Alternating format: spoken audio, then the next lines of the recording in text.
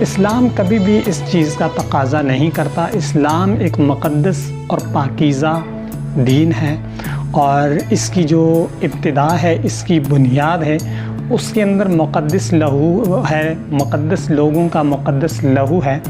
اور انبیاء اکرام کی اس توحید کے لیے بہت بڑی قربانیاں ہیں، صحابہ اکرام کی بہت بڑی قربانیاں ہیں، اور توحید کے معاملے میں حضور پاک صلی اللہ علیہ وسلم نے بھی بہت بڑی اذیتیں اور مشکلاتیں جو ہیں وہ اٹھائی ہیں۔ 40 سال کی عمر میں آپ صلی اللہ علیہ وسلم کو نبوت عطا ہوئی ہے، اور مکہ کے اندر لوگ آپ کو صادق اور امین کہا کرتے تھے، آپ کے پاس امانتیں رکھوایا کرتے تھے، آپ سے فیصلے کروایا کرتے تھے، اور جب آپ صلی اللہ علیہ وسلم نے اعلان نبوت کیا اور توحید کی دعوت دی تو وہی لوگ آپ کے دشمن بن گئے۔ توحید کے لیے قربانیاں دینی پڑتی ہیں، اپنوں بیگانوں سے بگاڑنی پڑتی ہے، یہ کوئی اتنا آسان مسئلہ نہیں ہے۔ لیکن آج ہم نے جس طرح سے اس کا حشر نشر کیا ہے، جس طرح سے ہم نے شرک کو عام کیا ہے، جس طرح سے ہم نے دین کا مذاق بنایا ہے، شاید کہ کفار میں بھی اتنی ہمت نہ ہوتی کہ وہ دین کے ساتھ ایسا کھلواڑ کرتے۔ اب مسئلہ یہ ہے کہ یہ کون لوگ ہیں۔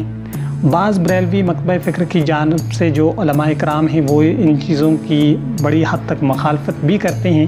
لیکن یہ کمزوری جس طرح سے یہ جو کچھ بھی ہو رہا ہے یہ بریلوی مکتبہ فکر کے علماء اکرام کی ہی کمزوری ہے، چونکہ وہ نوجوان جن کو دین کا پتہ نہیں ہے وہ صرف اور صرف اس چیز کو لے کر اس لیے آگے چل رہے ہیں کہ ہم نے اپنے مخالفین کو، دیوبندیوں اور وہابیوں کو جلانا ہے، تو ان کو جلانے کے لیے وہ غلو اس حد تک کر جاتے ہیں کہ وہ غلو کرتے کرتے جو ہے وہ اسلام کا نقشہ ہی کچھ اور بگاڑ کے پیش کر دیتے ہیں، چاہے وہ میلاد النبی کے نام سے ہو، اولیاء سے محبت کے نام سے ہو، مزارات اور دربار سے عقیدت کے نام پر ہو، ہر جگہ ستیہ ناش کر دیا جاتا ہے،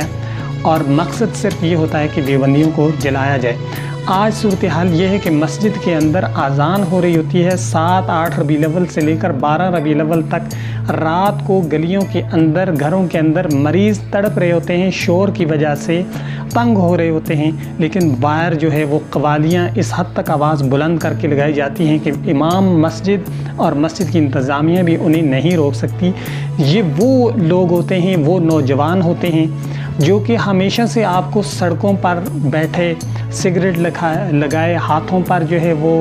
کڑے چڑھائے آپ کو نظر آئیں گے، جن کو معاشرے کے اندر کہا جاتا ہے لوفر لفنگے۔ یہ وہ لوگ ہوتے ہیں، اور اس موقع پر یہ جو ہے وہ سب سے بڑے عاشق رسول بن جاتے ہیں، اور بن کر یہ اس کو باعث ثواب سمجھتے ہیں،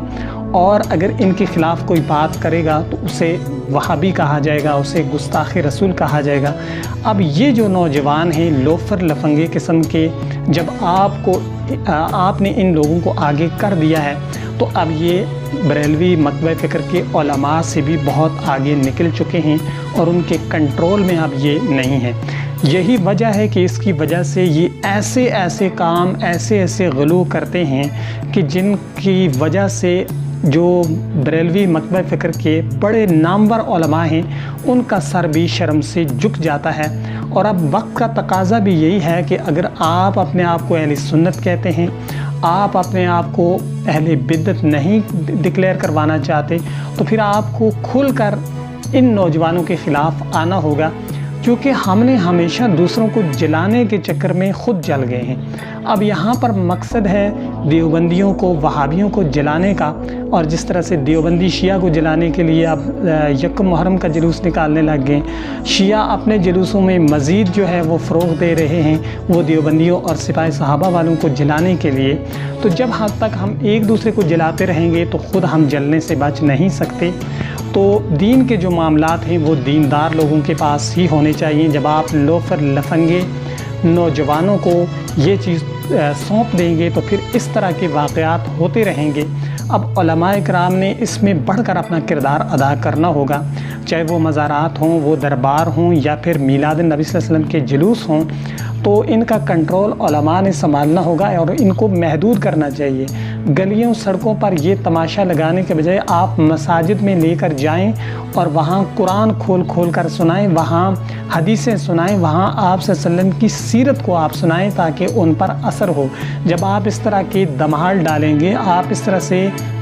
وہاں پر قوالیاں ان کو سنائیں گے، وہاں پر مخلوط ہجوم ہوگا خواتین و حضرات کا، تو پھر وہاں پر کوئی اسلام والی بات نہیں ہوگی، اس کو آپ سراسر بے حیائی کہیں گے۔ اور جب بے حیائی کو علماء کی سرپرستی میں جب اس طرح سے اتنی زیادہ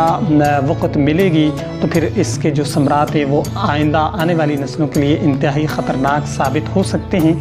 اور اس وقت سب سے بڑی وجہ یہی ہے کہ جب لوفر لفنگے قسم کے نوجوانوں کو آپ نے اس کی کمان سنبھال دی ہے، کنٹرول سنبھال دیا ہے ضد میں آ کر، تو اس کا انجام اس طرح سے ہو رہا ہے جس سے آپ جیسے جید علماء کے سر بھی شرم سے جھک رہے ہیں۔ اگر آج ان چیزوں کو کنٹرول کرنا ہے تو پھر اس معاملے کے خلاف اور اس طرح کے بے شمار جو واقعات ہیں، جس طرح سے شرک ہو رہے ہیں، جس طرح سے تبرک کے نام پر جو کچھ ہو رہا ہے، ان تمام تر چیزوں کے خلاف کھل کر آپ نے بھی جہاد کرنا ہوگا